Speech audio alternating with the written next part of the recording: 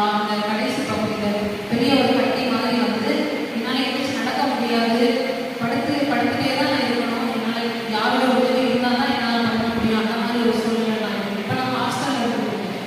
அப்படி இருக்கும்போது என் ரூமும் எங்களுக்கு தண்ணி ரூம் தான்.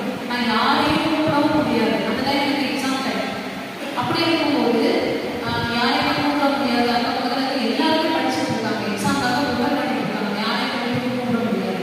இப்போ நான் என்ன செய்யறேன், அந்த எக்ஸாமை கண்டிப்பாக எழுதி முடிக்கணும்னு சொல்லிட்டு நான் என்ன செய்யறது, ரொம்ப ட்ரை பண்ணி படிச்சுட்டே இருக்கேன். முடிஞ்ச அளவுக்கு படிச்சேன்.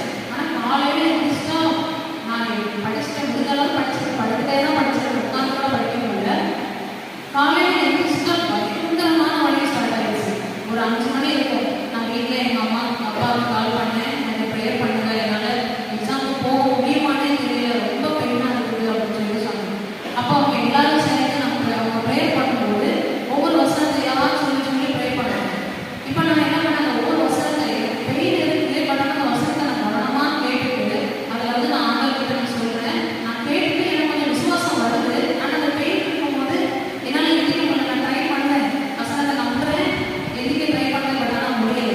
இப்போ எக்ஸாம் 9 மணிக்கு, இப்போ 8 மணி பக்கத்தில் ஆயிடுச்சு. எப்படியோ போயிடுச்சு. எழுதிட்டு தான் உட்காந்துட்டு படிக்கணும், ரொம்ப முடியல. நான் உட்காந்து அழுதுகிட்டே தான் உட்காந்துட்டேன். அன்னைக்கு காலையில என்னால் படிக்க முடியல.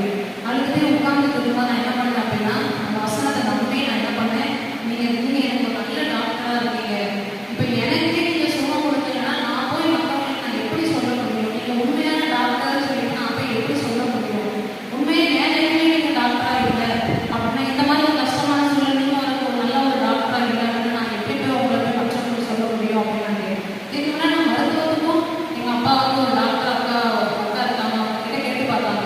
இப்படி இருந்துச்சு அப்படின்னா நீங்கள் கண்டிப்பாக ஆப்ரேஷன் தான் பண்ணி ஆகணும் அப்படின்னு சொல்லிட்டாங்க. இப்போ நான் ஹாஸ்டலில் இருக்கேன். இப்போ இங்கே இருந்தாலும் எல்லாம் செஞ்சுக்கலாம், ஏதாவது மருத்துவத்தை நான் பார்த்துக்கலாம். ஹாஸ்டலில் இருக்கேன். இப்போ வீட்டுக்கும் வர முடியாது, எக்ஸாம் டைம் எல்லாம் அப்படிப்பட்ட சூழ்நிலை இருக்கும். நான் பேசப்பட நான் ஃபுல்லாக எல்லாத்தையுமே சொல்கிறேன். நீங்கள் என்னுடைய சூழ்நிலையில் இருக்கீங்க, எனக்கு கண்டிப்பாக நீங்கள் ஒரு நல்ல மருத்துவராக என்ன செய்யணும், கண்டிப்பாக நீங்கள் இருக்கணும். இங்கே நான் வந்து உங்களுடைய ஊழியத்துக்காக தான் நான் படிக்க வந்திருக்கேன். நான் வந்து வெட்கப்பட்டு போயிடக்கூடாது, எனக்கு நீங்கள் நிச்சயமாக ஒரு நல்ல டாக்டர் கிடைக்க முடியும்னு சொல்லிட்டு நான் சொல்லி